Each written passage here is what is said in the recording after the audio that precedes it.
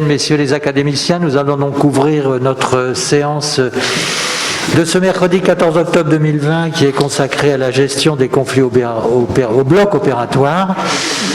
Alors, je vais vous donner quelques informations.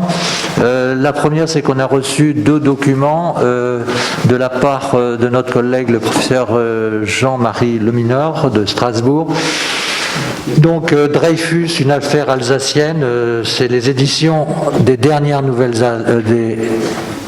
des dernières nouvelles et d'Alsace et à la conquête du ciel. Donc sachez que on remercie bien sûr notre collègue le professeur Leminor de nous avoir fait parvenir ces documents qui sont désormais dans la bibliothèque, je me tourne vers le bibliothécaire, de l'Académie. Merci monsieur le bibliothécaire, je vais vous les remettre de façon officielle. Je ne les garde pas de rechef pour moi et elles sont donc à la disposition de tous les membres de l'Académie nationale de chirurgie. Le deuxième point, nos séances peuvent se tenir en présentiel à la condition expresse d'exécuter de façon farouche les gestes liés aux décisions gouvernementales concernant la prévention du Covid-19. Donc respectez la distanciation sociale, portez votre masque ou retirez-le si vous devez prendre la parole, mais vous le remettez ensuite. Car si un des membres de l'université, puisque nous sommes dans les locaux ici de l'université, venait à constater qu'à l'Académie de chirurgie, nous ne les suivions point, ce serait bien sûr tout à fait catastrophique pour nous.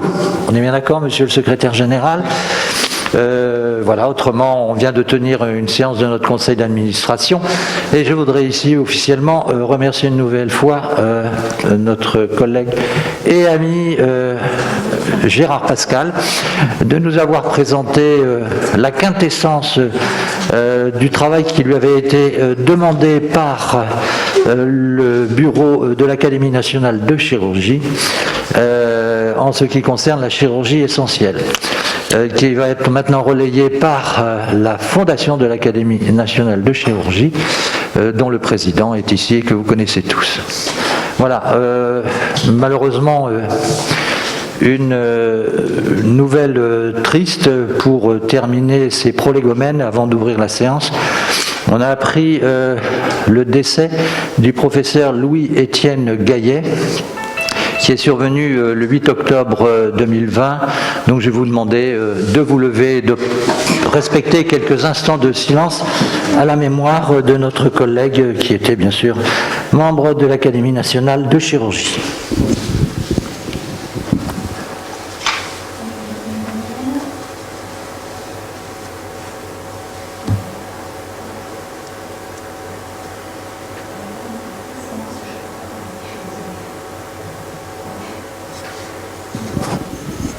Je vous remercie. Il faudra ajouter un doute sur les distanciations sociales, que les portes se ferment.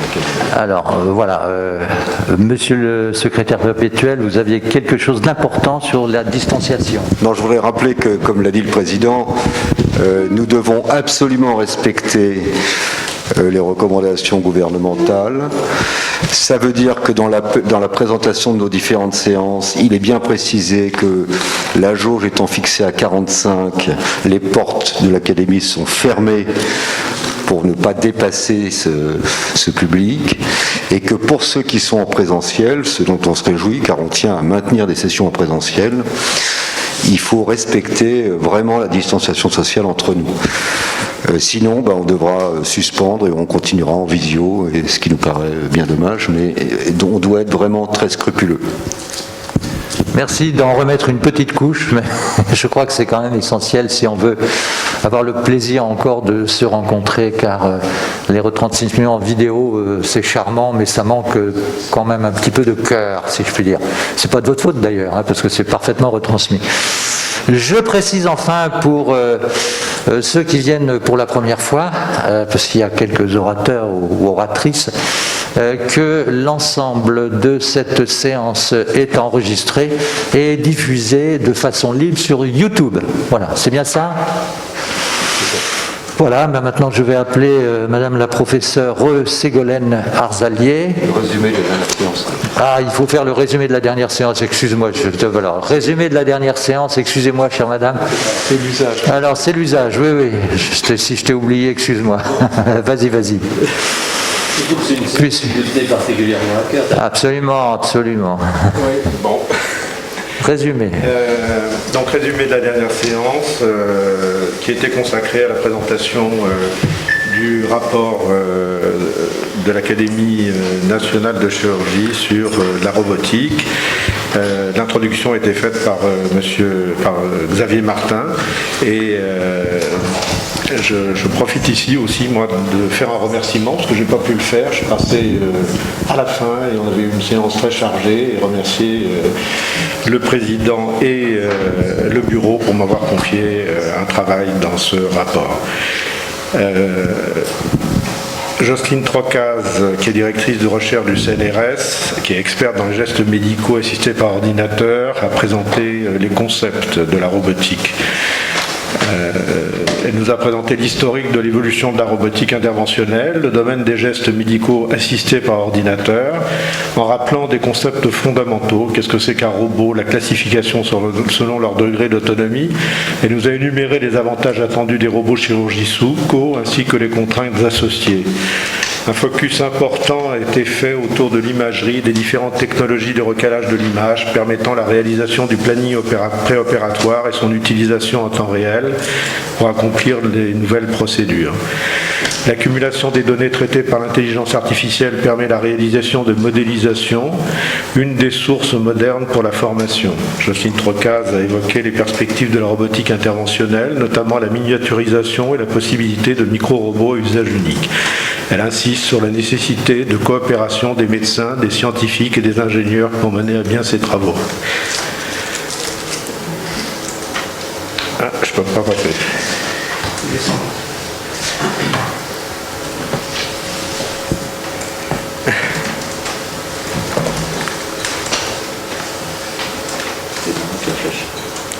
D'accord. Ok. Il y a eu un certain nombre de questions. Je peux l'air un peu capricieux. Voilà. Jacques Viti a soulevé le problème du clivage entre les robots unis multifonctions. Jocelyne Trocaz répond l'évolution favorise les robots multifonctions pour des raisons économiques. Albert-Claude Benamou, que peut apporter l'intelligence artificielle à la robotique chirurgicale. Jocelyne Trocaz, actuellement, in fine, de permettre au robot de mieux utiliser son environnement. Gérard Pascal insiste sur la coformation, le robot contraint le geste de l'apprenti. Ensuite, Xavier Pierre Moser de Paris sur robotique et urologie. Pierre Moser revient sur la définition des 3 classes de robots et nous présente l'évolution robotique en urologie. L'introduction disruptive en 1980 de la lithotripsie extracorporelle guidée par ultrasons et l'application sur les tissus mous en 1990 par Davis en automatisant la résection transurétrale de la prostate. Les progrès de l'imagerie permettent ensuite le guidage sophistiqué d'aiguilles pour les biopsies par voie transpéritonéale ou transrectale de la prostate, puis viennent les robots co-manipulés. L'opérateur réalise les mouvements de grande amplitude, non contraints par le robot qui prend alors en charge les gestes de grande précision. Apparition parallèle de la robotisation téléopérée, une clearance de la FDA donnée pour le porte-endoscope ESOP et le développement par l'agence nord-américaine des projets de défense donne naissance au Da Vinci, que nous connaissons tous avec son essor mondial depuis les années 2000. L'évolution actuelle se fait vers un système à un seul port avec des moyens diagnostiques embarqués et des gestions multimodales de réalité augmentée. L'auteur termine par l'évocation du robot actif Aquabim pour la destruction des adénomes prostatiques et au système implanté de robots de sphincter artificiels.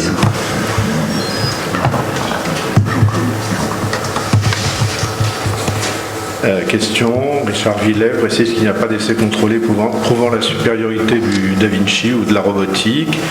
Moser, la validation se fait sur des études de non-infériorité. Hubert Johannet précise qu'il n'y a pas eu d'études pour la célioscopie. Richard Villet pense que dans l'avenir, les économies faites sur les ressources humaines seront un facteur déterminant dans cette évolution. Jérôme Tonetti de Grenoble, exemple d'application clinique. Jérôme Tonetti revient sur l'importante classification des outils robotiques, actifs, télémanipulés, co-manipulés. L'essentiel de son exposé sera consacré aux impératifs technologiques que l'os impose à la robotique et à l'évolution des technologies dans ce domaine. Tout repose sur l'imagerie TDM, souvent combinée à l'IRM dans la phase préopératoire, mais seule l'imagerie TDM peut être fusionnée avec la réalité intraopératoire. L'essentiel des diverses technologies repose sur les différents procédés de marquage des tissus qui permettent le recalage des images entre le pré et le péropératoire. Aujourd'hui, possibilité d'un travail en péropératoire avec des images d'acquisition par un scanner X-type au ARM, matériel très coûteux. Il passe ensuite en revue l'ensemble des différentes applications robotiques utilisées en orthopédie pour les vissages, les réductions, les ostéotomies, les chirurgies prothétiques de la hanche et du genou, dont il nous dit que la technique robotique est en train de devenir le gold standard. Jérôme Tonetti conclut en insistant sur le fait que l'activité robotique couplée à l'image deviendra rapidement une obligation de moyens pour la profession, et que c'est un outil essentiel pour le planning, la pédagogie, le monitoring des pratiques, et que les contraintes de financement pousseront plutôt vers la conception d'outils multidisciplinaires. Jacques Hubert, les enjeux de formation. Jacques Hubert a créé et dirige depuis 2008 le DU de chirurgie robotique à l'école de chirurgie de Nancy, cursus qui jouit d'une attractivité internationale. Il nous rapporte son expérience et sa vision au niveau national et institutionnel des besoins qualitatifs et quantitatifs de formation en termes de chirurgie robotique. La formation est nécessaire car il s'agit de la maîtrise d'un outil complexe que l'on peut évaluer de façon précise par l'enregistrement numérique. Cette formation est aujourd'hui principalement assurée par les industriels en vertu de la directive européenne sur le marquage CE. Ils se sont octroyés le contrôle des programmes, des formateurs et fixent les objectifs dans le monde entier. Il est nécessaire que le permis de conduire soit délivré par des organismes agréés, les sociétés savantes, les universités, au regard de normes françaises et internationales. Quelle formation? La simulation, elle a fait ses preuves. Elle doit être centrale comme dans l'aéronautique. Elle a été instaurée pour la première fois à Nancy dès 2008. Elle est associée à un e-learning, à la microchirurgie, à du dry lab, du wet lab, et à une formation de l'ensemble des équipes chirurgicales. Elle doit comporter une évaluation à chaque étape. Cette formation initiale est complétée par un proctoring qui doit être validé pour les premières interventions, puis des DU et des masterclass spécialisés, des évaluations continues et des recertifications. Les enjeux sont majeurs car la robotique chirurgicale devient la norme et les besoins se chiffrent en Europe en milliers d'appareils. 2020 est une période clé avec de nouveaux robots arrivant sur le marché, l'établissement de normes par les académies, notamment un rapport qui est en train d'être publié par la commission 15 de l'Académie de médecine. Jean-Claude Couffinal, conséquences de la robotique sur le système de soins, exemple de l'Île-de-France. La cartographie des moyens de production des activités chirurgicales des établissements de santé franciliens établis avec François Richard pour le compte du plan régional de santé 2 a révélé une incroyable disparité de répartition de l'implémentation robotique en Île-de-France. Une concentration sur Paris et la Petite Couronne, ESPIC, APHP, secteur privé, une quasi-absence dans le territoire de la Grande Couronne, notamment aucune robotisation des GHT.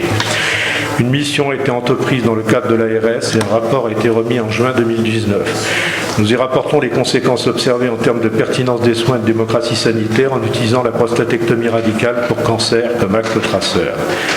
L'étude révèle la division de l'espace francilien en deux zones populationnelles bien distinctes, présentant des caractéristiques et des résultats significativement différents.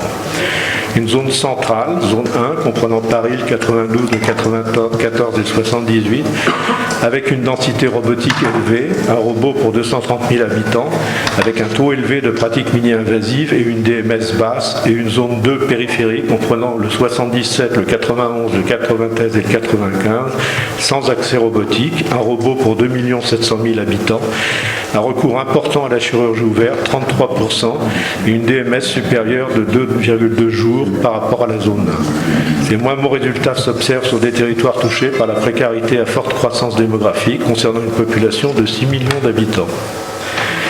Et enfin, j'ai présenté le démarrage de l'activité du robot Versus de CMR anglais en France en septembre 2020 dans le secteur public à l'hôpital d'Argenteuil, dans le secteur privé à la clinique du Parc à Saint-Étienne, une activité qui concerne la chirurgie urologique, gynécologique et digestive.